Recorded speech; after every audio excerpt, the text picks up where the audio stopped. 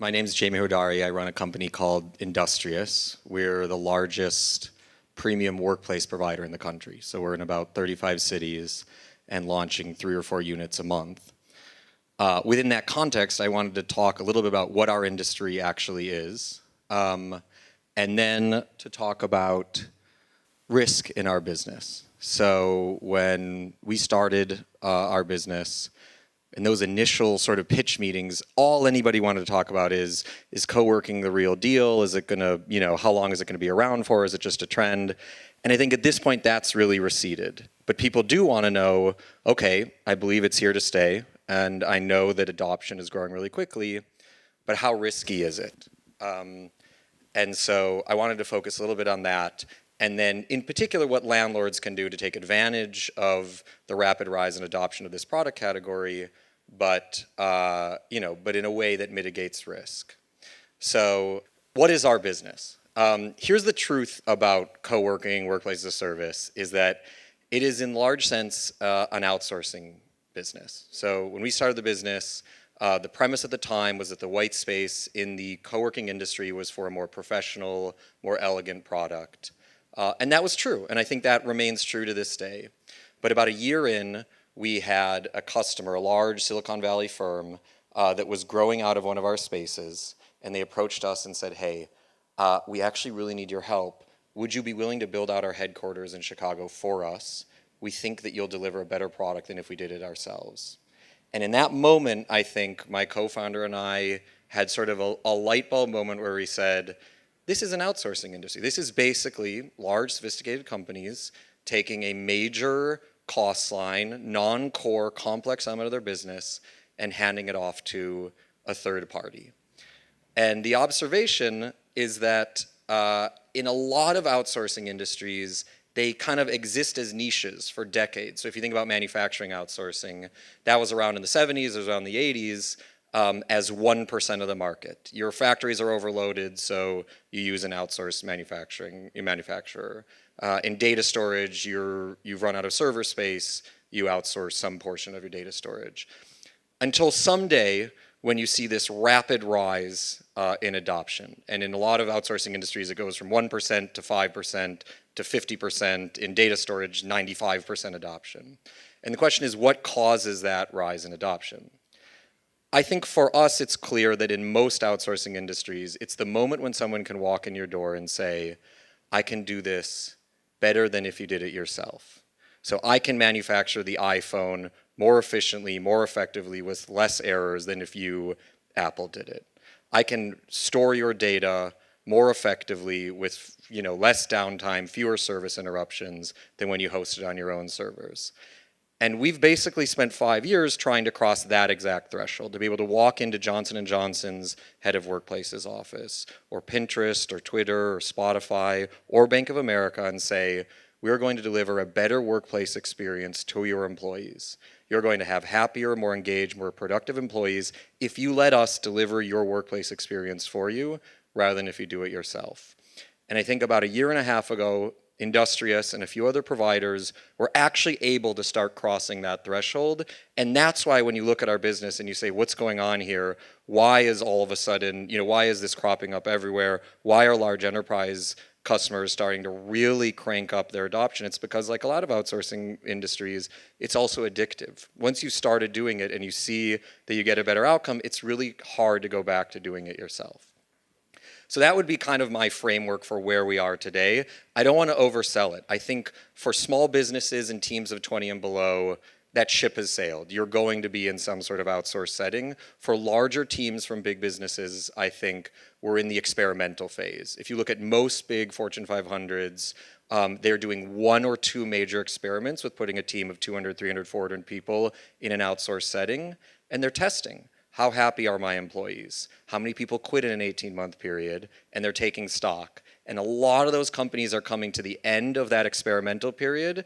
And I think, look, I'm biased here, but I think most of them are coming to the conclusion that they actually did get a better outcome, and they're now starting the wave of really pushing adoption, at least outside of their headquarters, of moving a lot of their workforce portfolio to a third-party setting.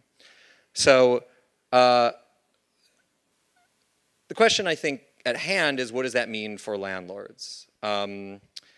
This is, I think, very clearly becoming the most important amenity in a building. Meaning, Ernst & Young comes with a 300,000 square foot use in a building, and they're trying to decide if they're going to be in 4 Columbus Circle or 2 Columbus Circle or the building 3 blocks south of here.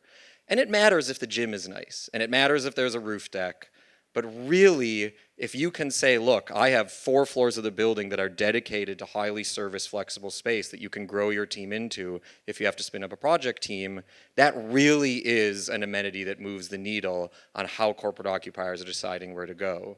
And we're in the building already having whiskey tasting classes and lectures and a highly serviced sort of amenity base. And we're able to deliver that to the entire, tenant base of the building, not just to the flexible workplace customers. And you find that increasingly you have landlords saying, I really want this in my building, but this feels risky. And what I will say is, the knock on our business, which is that it is a mismatch of long-term liabilities and short-term assets. And I think if you talk to any co-working skeptic, that's the first thing they will point to, is a very valid criticism of our business. And I think people bend over backwards in our business to try to say it's not true, and here's why it's not true, and you don't have to worry about that. But the reality is it is true. And I think as our business becomes an increasingly large part of the commercial real estate industry more broadly, that's a problem because you're amassing a lot of risk. And we think there's a better way to do this. So this would be an illustrative sort of, revenue of a co-working operator over various ups and downs, various cycles.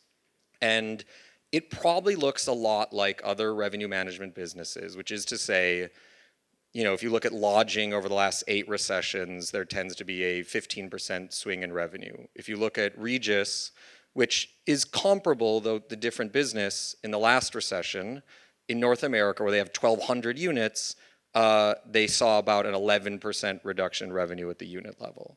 That's not that risky of a business within the framework of most, industries. I think that's a relatively reasonable risk profile. The problem is, when you put a lease underneath that, it's basically like putting leverage on our business. It's like if you put debt on your house and you get all of the upside from appreciation and you're underwater immediately if you go below the loan amount. What it does is it creates these wild swings in profitability for co-working providers, where in good years they're printing money and in bad years they're in the red. And the problem for landlords is, if you look at a WeWork or Industrious or any other co-working provider, and this is brutally honest, but they will put money into a unit for 3, 4, 7 months perhaps if it's losing money in a recession, but they're not going to forever. And it means the landlord is bearing a lot of the downside risk and participating in none of the upside risk. So we believe very strongly that it's time for our industry to start shifting over to the model of the hotel industry, where co-working providers, workplace as service providers partner with landlords. They program the whole building. They have floors of co-working, floors of essentially custom suites for teams of 20 to 400, and you do that in a profit-sharing arrangement rather than on top of a fixed lease. And that gets you to this risk profile rather than this risk profile. This is something that doesn't sound that cutting edge, but it's at the very forefront of the industry right now. This Reuters article from, I think, 4 days ago is the first time I've seen a major publication talk about the fact that providers like us are starting to move to management contracts. It's happening very quickly. So for Industrious, for example, a year ago, 95% of our pipeline was arm's length leases, 5% were partnerships with landlords. It's now about 75% partnerships with landlords.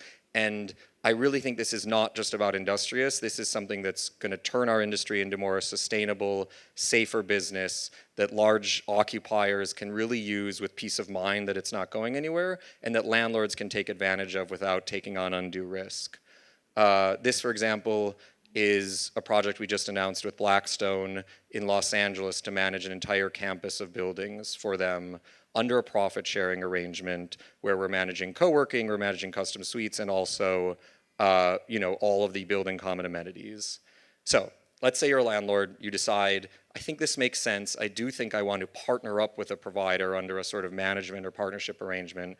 Then you've got to really dig in on who you're going to partner with, because more so than an arm's length lease scenario, you're really shoulder to shoulder with that operator. I'll go very quickly through some of the ways in which a landlord should approach this question.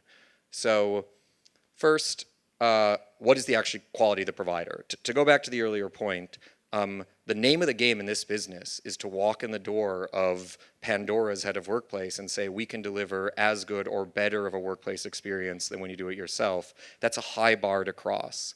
And it's very important when you're working with a workplace as a service provider to be working with a quality provider that can actually make that pitch. Here's some images of Industriouses across the country.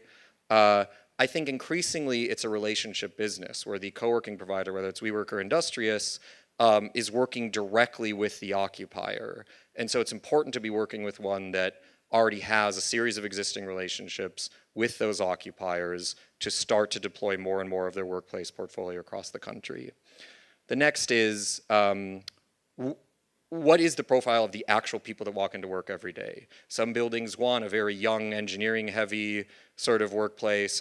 Some want more mature, sort of, broad national businesses. And there's no wrong answer to it, but it's worth thinking for your building about matching the type of workplace provider you're bringing in with the general brand tone of the building. The next is, and I do think this is quite important, you need a national provider. So this is true for a Johnson & Johnson. They're looking for 1 or 2 providers to do 7, 8, markets with, and it becomes increasingly hard for single point local providers to compete. And so that's part of why you're seeing a lot of consolidation in the business.